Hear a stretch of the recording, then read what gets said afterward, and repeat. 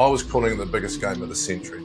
The biggest game needs the best referee, and unfortunately we didn't get it. Is this side past its best? I do think there's one or two players that's really under pressure.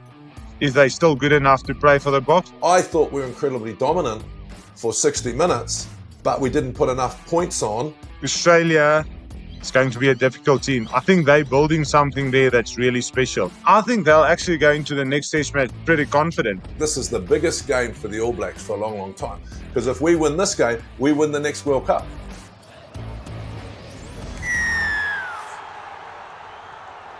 So very exciting episode of Rivals today. The two of us, one of us not so much. Victor, you looking forward to today's show? Yeah, it's been a day or two to get over the shock of a defeat. First one in 5 games. So, yeah, pretty tough for the South Africans. And it's actually a bit interesting walking in South Africa and everyone coming up to and what's wrong? What did we do wrong? And I'm like, boys, we played New Zealand in New Zealand. We're not supposed to beat them there. It's like once every 10 games maybe that we get a victory there. So the guys were still in the game. It was a slow start. I actually had a look at those first 2 tries, and we actually need to give credit to the All Black coaching staff. I think every defensive system, every line-out system's got strengths and weaknesses. And on both of them, I mean, the first line-out, they went full line-out. They knew if they're going to give that first pass, South Africa is going to rush. So Willie Leroux will be isolated at the back. Perfect kick by Beauden Barrett. Unfortunately, Willie slipped as well over the guy that took the ball, scores a try. And then the second try as well. With the way South Africa defend, with the 2 pots at the back, almost forcing you into the front ball. Malcolm Marx needs to look at the bailout in the front of the line out. The one weakness you've got is if you go up at the back and that front pot needs to, or the back pot needs to chase that, the overthrow with the inside ball is always the one weakness. And I mean, they planned it, worked. So 2 planned moves because of the way South Africa defends. So you have to give credit to them. And yeah, from there, I think South Africa got back into the game. Unfortunately, just too many areas, and the line-out was a big problem for South Africa as well. Hey, JK, you don't need to. Victor's summed up the game perfectly. It's all done. That's the end of the show. Yeah. Like I've got a couple of things, but actually, Victor, I brought you a present, mate. Actually, no, that's not it. Actually, Okay, That's not it. I had brought it's this actually a week. Next week, this time we will be sitting again. I'm just saying. There we go. This is the real present, mate. This is the real present. This is the one. See, that will help. I need that this morning. I said to my South African friend Jonathan, he's been trying to help me sell my house. He's a good South African boy, and he said, "Mate, you can't talk badly about this. What do you call it? Clippers." Clippies and Coke. Clippers and Coke, mate. So I was going to crack one of those open in your honour, mate. I'm going to. Please. I need that this morning, facing everyone in the streets. Yeah, look, I think, my summary of the game, obviously I was ecstatic, and this is no disrespect to you or the South African public, mate, but like it was probably the biggest game. I was calling it the biggest game of the century. Right? For a number of reasons. We haven't beaten you for a long time. I think what you said about the coaching staff was good. They are under incredible pressure. If we had have lost that game on the weekend at Eden Park with what was up for grabs, I think the coaching staff would have come under an incredible amount of pressure. There's enough pressure on them when they lost, right?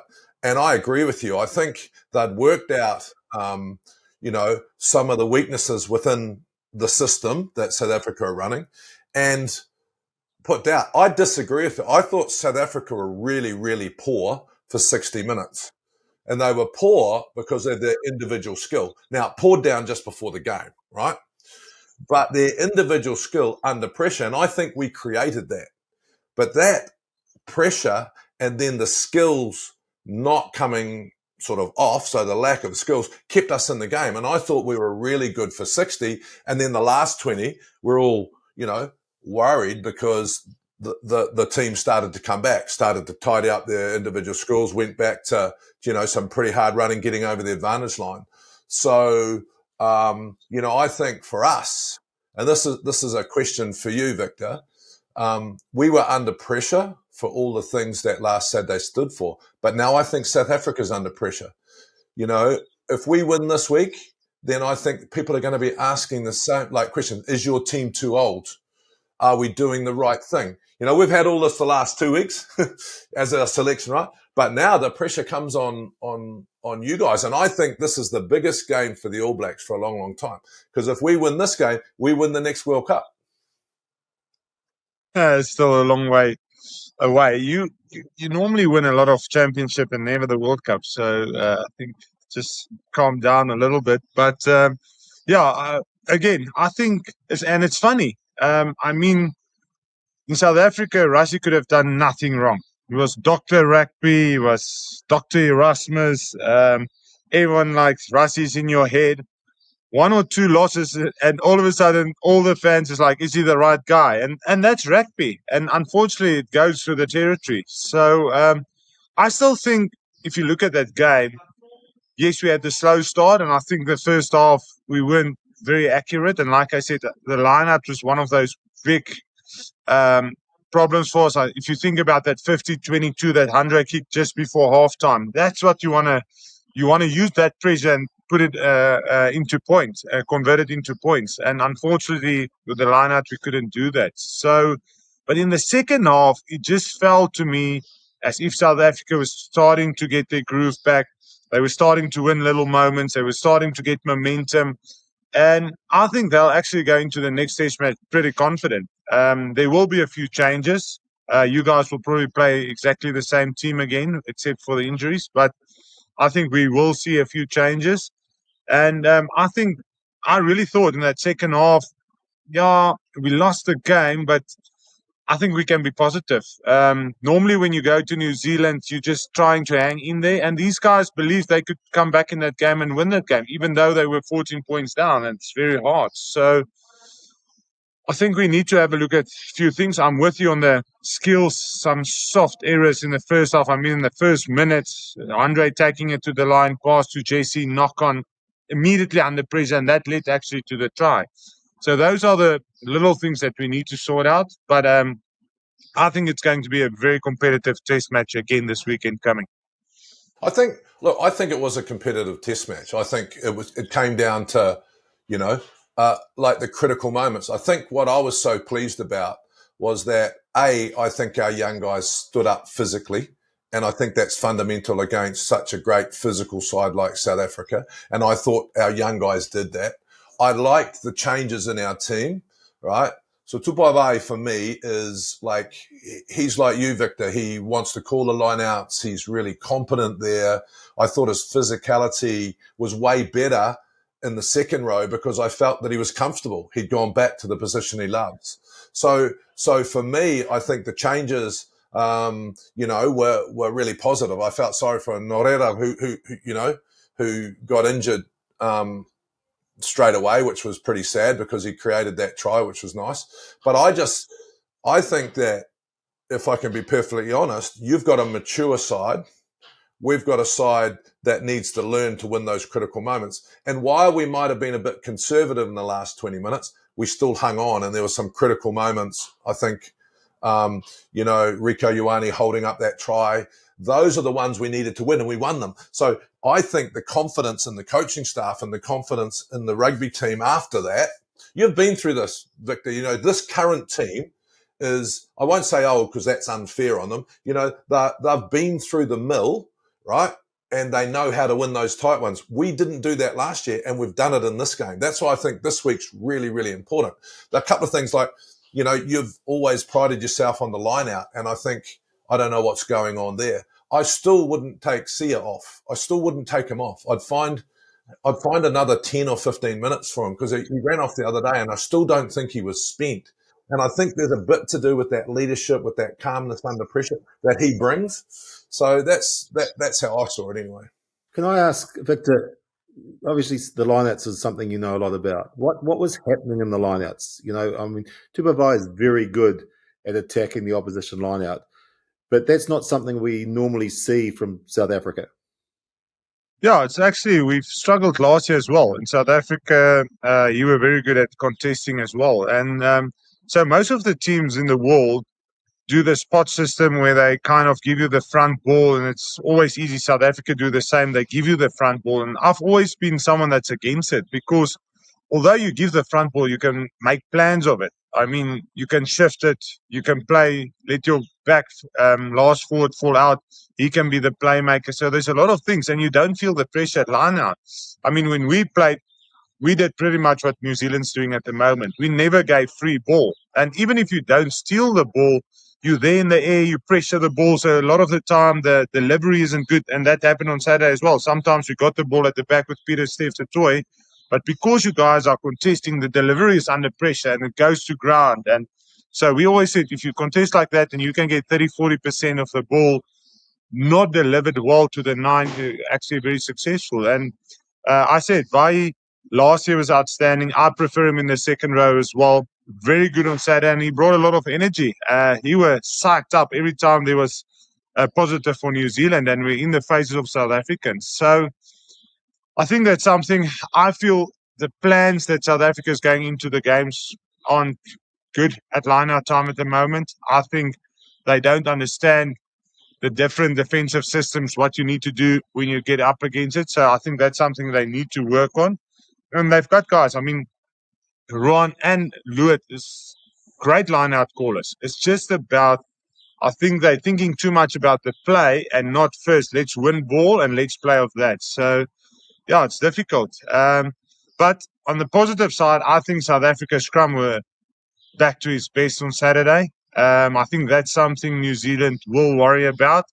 I won't be surprised if we see Wilco Low that got us a turnover scrum that went into drive. He starts on the weekend, and you get a guy like Thomas Toy that's more mobile off the bench. And again, in the past, Rassie were he enjoyed his bomb squad. At this stage, I don't think he's got the confidence, but I think the guys that came on, Jan Hendrik Wessels, was just as good when he came on. So we might even see some changes there in the front row with some of the more experienced guys coming off the bench, and we'll see that front row coming on with 30 minutes to go. So that's something that's a positive for me.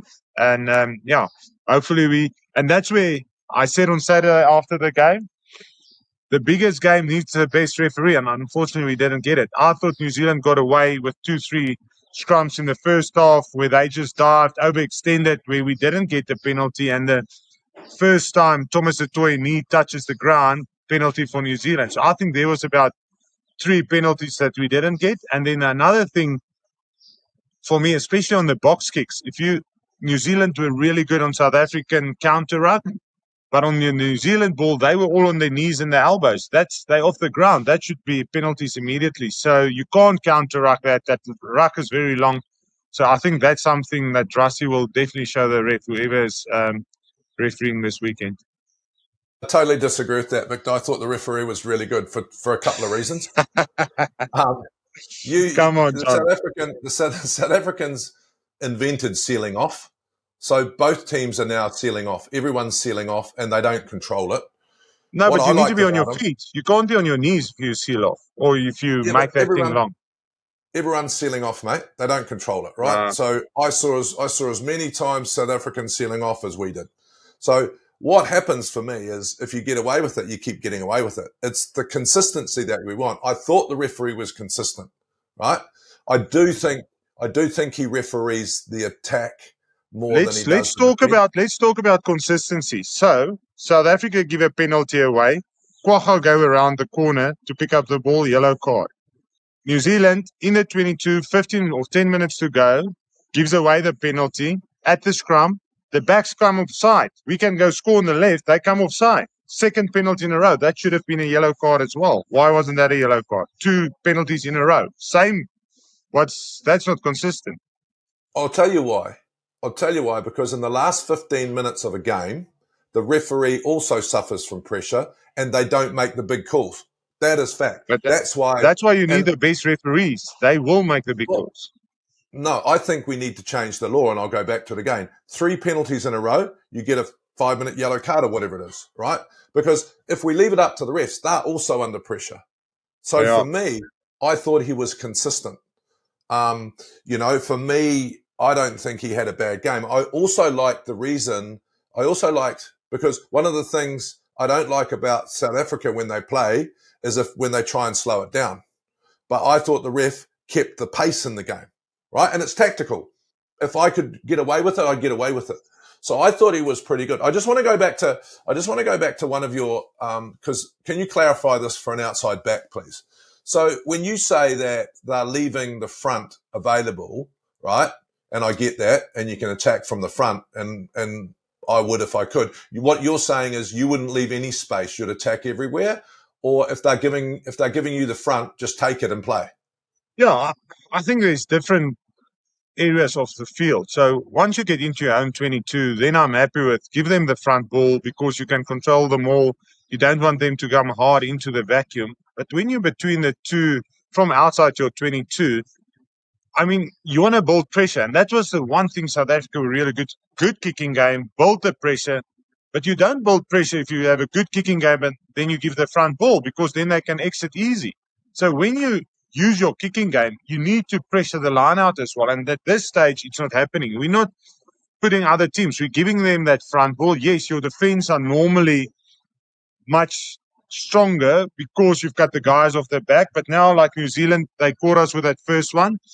Because we give that front ball, our hooker that's normally off the back of the line out into the vacuum on defense, he needs to check that bailout first. So he's not off the back. So normally you use your back lifter because they can't get the back ball to fulfill that role. Now New Zealand saw that, pulled that back guy forward. Malcolm was halfway to the front, over inside ball. So that's something that South Africa must know that's a weakness. So actually, our second guy in the back should take the overthrow because you can't go wide from there because it's at the line. And your inside, your first guy out should have the inside ball. That shouldn't have been Malcolm Marx's tackle to make. But, I mean, we give free ball, even defensively.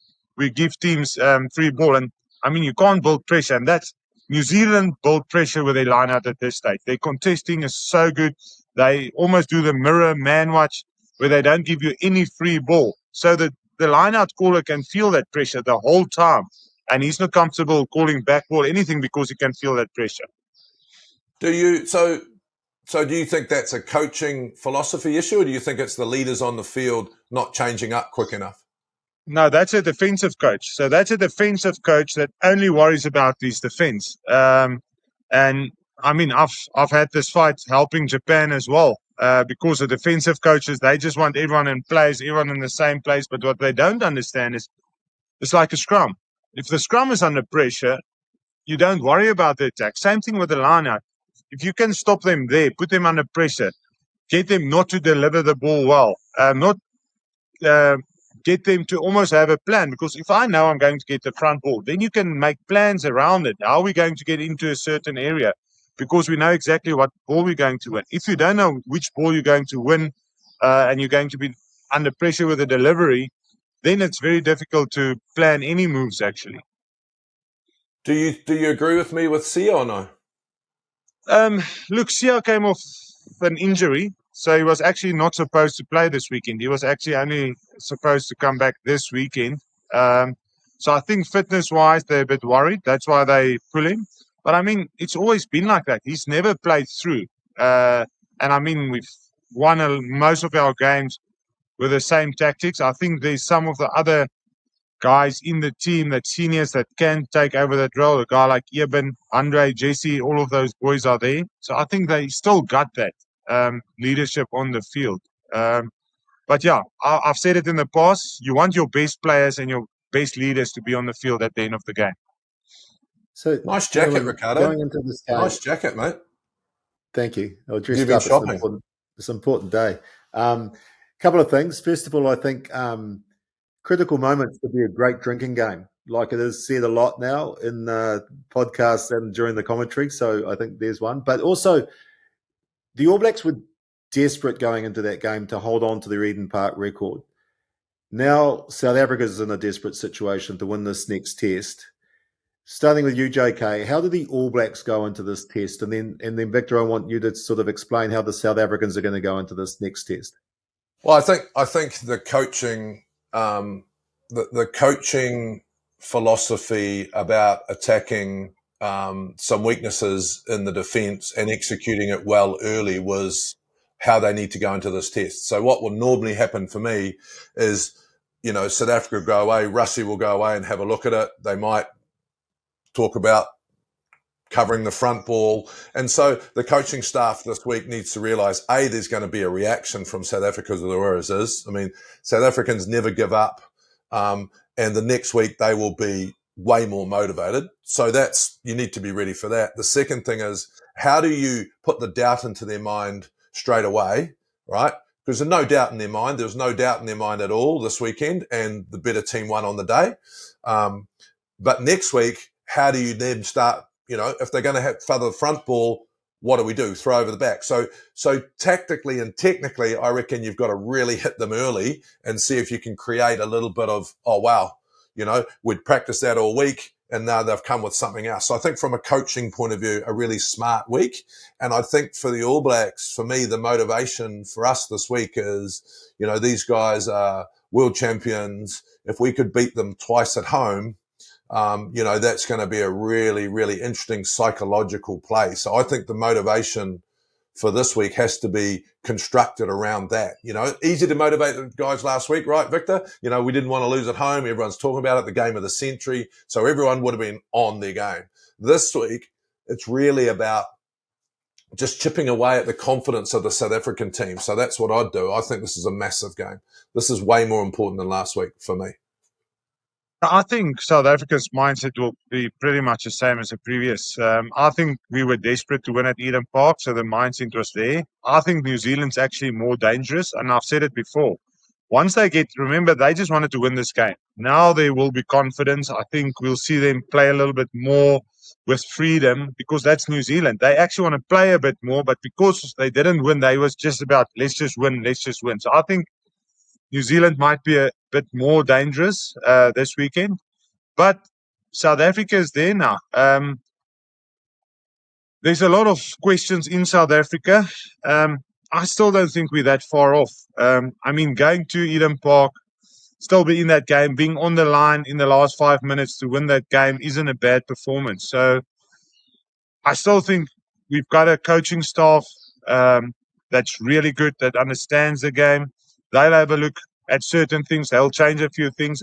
I do think there's one or two players that's really under pressure.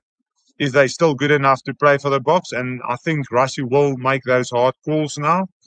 So that's going to be important. And the youngsters who will get a chance this weekend needs to come through. So yes, South Africa will be desperate, but I think they were desperate last week as well. But it's going to be tough. Boys, we're playing in New Zealand, and that's what I'm trying to tell people. You don't go to New Zealand. I've gone there with some of the best teams, and you don't come away with victories. So, they've got a second chance, and they'll feel they've beaten New Zealand twice last year in South Africa. If they can get this one, it will be a successful tour. And I think a lot of South Africans actually wouldn't mind if we don't win the Rugby Championship, but we get one victory over New Zealand. That will be good enough for us. And JK, can you give me a special mention about an All Black played at the 100th Test, and then at a critical moment came up with a big play, Ardie Savea? Yeah, look, and we spoke about those guys being quiet, against Argentina, and the X factor players stood up. Will Jordan with that, that try he scored on the inside, because the tackle was there and he got through it because of pace and that sort of stuff. I agree with Victor about defensively. I thought Bowden was outstanding, right? And for Ardie, I think the beautiful thing about Ardie is Ardie has paved a way that might be a little bit different to most people, but he stayed true to himself. And it was just such a fitting moment that he got that turnover. You're right. 100 games. This is an incredible achievement. He's in an elite group of players, and he has been one of our X factor players. And when I talk about critical moments, and when I talk about, when I talk about legends, Victor, I say it's when, talent meets hard work, then meets longevity, right? So he's been around a long, long time. He's consistently performed for us. You think about this, Victor, like in my day, mate, if I played on the left wing, it's like someone had chopped my arm off. I don't know what it was like for you when you played, in a different locking position, but for me, it was like that. Here's Ardie that's played 6, 8, 7, he's playing in one position and then they put him into another position and he actually nails it. So I think, hats off to Ardie. I was so pleased we won for him as well, Victor. I know it's tough when you lose, especially when they're South Africa and New Zealand, but for Ardie to win on such a special day and also keep that record intact, they would have been the happiest rugby team for a long, long time. And Ardie, is such a leader. And it was really interesting listening to Rico Ioane after the game saying, you're our spiritual leader on, but more so off the field. And so you can see that he's really bringing all those cultures together. And I just think it's fantastic that we got the win for him. Yeah, I just also want to give credit. I've played with him with the Barbarians as well. One of the most humble guys you'll ever get. One of the nicest guys off the field. But once you get onto the field, he's so competitive. And you get guys, I don't know, you get guys that can be competitive and still nice even on the field. And he's one of those guys. He just gives his everything. He never gets involved in anything stupid. He just goes out, plays his heart out, leads from the front. And what a player. I mean, he must be one of the best players in this last decade, right up there with the best of the best. And for him to get that turnover in the last minute, he deserves it. Although we lost, I almost felt good that it was him that got that turnover because he's such an unbelievable guy on and off the field. So, Ardie, well done. You deserve it. And what a rugby player and even a better man. Yeah, because the reality is, I mean, New Zealand celebrating, South Africa's commiserating, but there was only a few points in it.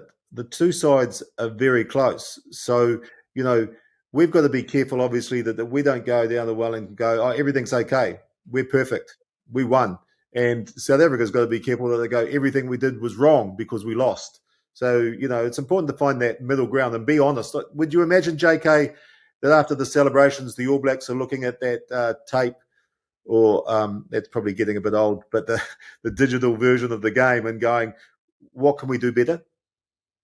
Of course they are, mate. I mean, what we're talking about at this level, like Argentina are an amazingly good side, right? We saw that when they played Australia. So if you're going to be 3% off against Argentina, you're going to lose, right? If you're 2% off South Africa, you're going to lose. We need to get better. And I think they got the selection and the tactics right this week. But they will have to work incredibly hard to come up with a new set of tactics that you can implement. And they're going to have to work twice as hard with a super motivated South African side. So the difference is incredible. I thought we were incredibly dominant for 60 minutes, but we didn't put enough points on. And then South Africa were amazing in the last 20 and nearly, stole a draw. And they would have deserved it if they had have done that, right? So this week is another week. Right? I think the biggest thing we need to do is find the balance from recovery, because when you play any South African side, man, it takes you 2 or 3 days to recover because it's so physical. Like you look at the guys after, look at, Du Plessis-Karifi. He had black eyes. You just break yourself playing against the physicality. So you can't do too much this week either because you've got to recover physically. But we'll need to be way better. Tactically and technically, and we'll have to implement the perfect game plan to beat the world champions again. Simple as that. Yeah, I think South Africa will make a few changes. I think we'll definitely go back to the 6-2 bomb squad type of thing. I think we need that. I think a guy like Jasper Wiese is going to bring something different. His carrying ability from 8. We'll probably see Marco van Staden go back to the bench. I would love to see Ardie Savea also coming off the bench. He just brings something different. He's a big man. He's got that offloading ability. I don't know. The weather will probably still wet in Wellington as well. So I don't know if we can see nice open rugby.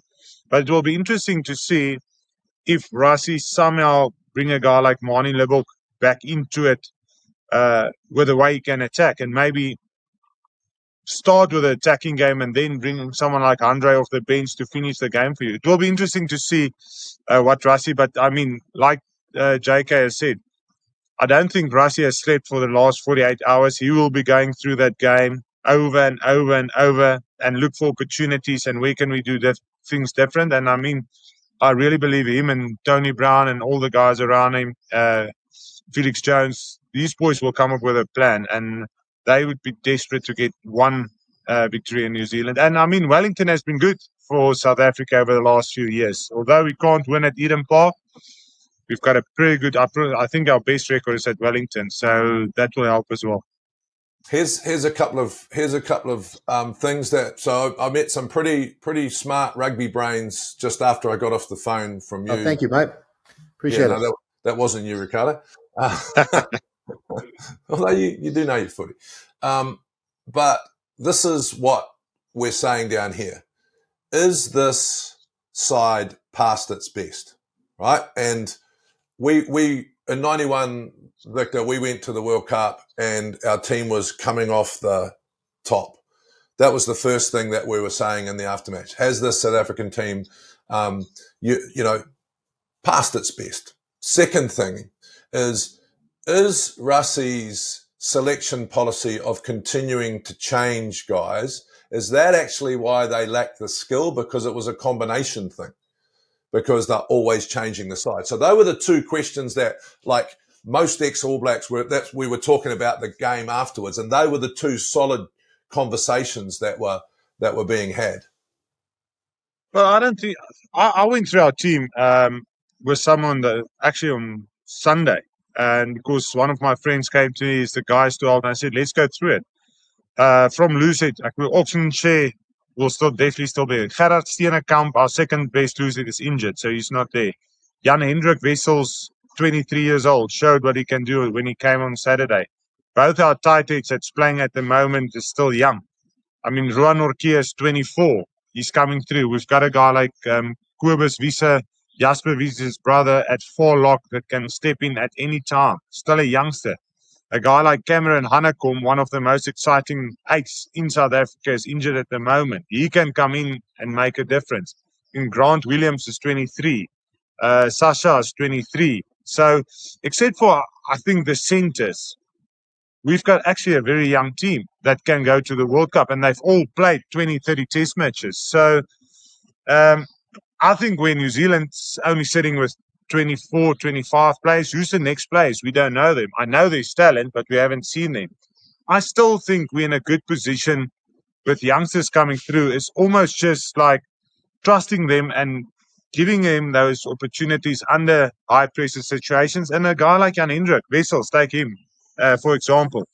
He showed Rassie on Saturday when he got on, he can make a difference. So I think doesn't matter if he plays off the bench or he start or whatever, Rassie will now have more trust in him, so he'll get more time. And that's what you need. And I mean, we're still 2 years away from the World Cup. A lot of things can still happen. And I mean, we do have those youngsters, and they all have played at this highest level. So we can go into the World Cup with a younger team than New Zealand. I don't think your team is that young as well. So there's some guys that's been there for years, and I think who's your young team? I don't know. So there's also some questions around the New Zealand team in critical positions. Do they have youngsters that can step up? Yeah, good point. You've shut us up with that. Thanks, Victor. What about the Australian-Argentinian result? So, we were all last week just saying how amazing Argentina is, and then Australia comes into the death and wins that game. So this is an incredibly close rugby championship. How good? I think that. Did you see that the move down the right hand side? It was a move we used to do 100 years ago. But I think Contepone's brought way more to this current side. I think they're way more complete. I think their forwards work hard, they carry, but I also think their attacking structures are really good. I think they're putting everyone under pressure. I thought it was a done deal. I think I don't know, they ran out of steam, but a discipline late. But they are a very good side. This is so close. I mean, it's anyone's competition, and that's cool. I still think Australia haven't got their consistency sorted yet, but when they play well now, they're playing some great rugby as well. So if they can put an 80-minute performance together, then it's going to be tough for the All Blacks as well moving forward. But Argentina, they can beat anyone, man. Yeah, I think Argentina, and you don't say that often because it's normally New Zealand, I think Argentina is the best attacking team in the world at the moment. The way they attack is just unbelievable. But for me, Australia, it's going to be a difficult team. I think they're building something there that's really special. There's a character in that team that they haven't had for a long time. I mean, if you think Alice Park, 21-0 down, they came back to win that game by 15 points against at Newlands. They were part of that game where I thought we're going to run away with it. They just don't go away. Again, Saturday against Argentina, they're under pressure, in trouble. They keep believing. They just keep doing what they're doing, and they get the victory. And I think a lot of the time, if you get victories like they've done now, that builds so much confidence in a team. And then you can develop your game as well because you're starting to get used to winning. You're believing in what you're doing. You're believing in each other. You're playing for each other. That character is there. The team environment is good. So I think Australia is a very dangerous team at the moment. One of the players came out the other day, Ricardo, and said they're absolutely loving Joe Smith's attention to detail, and you've got to be able to pick the squad that gets you as a coach. So that takes a little while, but it seems that the players that he's got now are just really enjoying the way he's coaching. And sometimes you can be over detailed, right, Victor? Sometimes too much detail is, clumps guys up. Like you mentioned about, if you're thinking about the move that's structured, sometimes you lose the line out. So that balance is not easy either. I think the sad thing, about Joe is he's leaving. He's just starting to build something a couple of years out from the World Cup, and he's decided to leave. So that's sad because I do think they're building something special. Oh, well, Victor, let's see if you're a bit happier next week. Another game, All Blacks versus South Africa. It's going to be another classic, two of the greatest rivals in any sport going hard head-to-head in beautiful sunny Wellington. And let's look forward to another game like we've just had. So that was Rugby Rivals for another week. We'll see you again next week. Next week, I'll be sitting here with my brandy and celebrating with that in my hand this side. Or still be drinking from the Saturday night. They haven't stopped yet. Just push right through till the Monday meeting. I'm going to have some of your clippies and Coke. Oh, can't wait.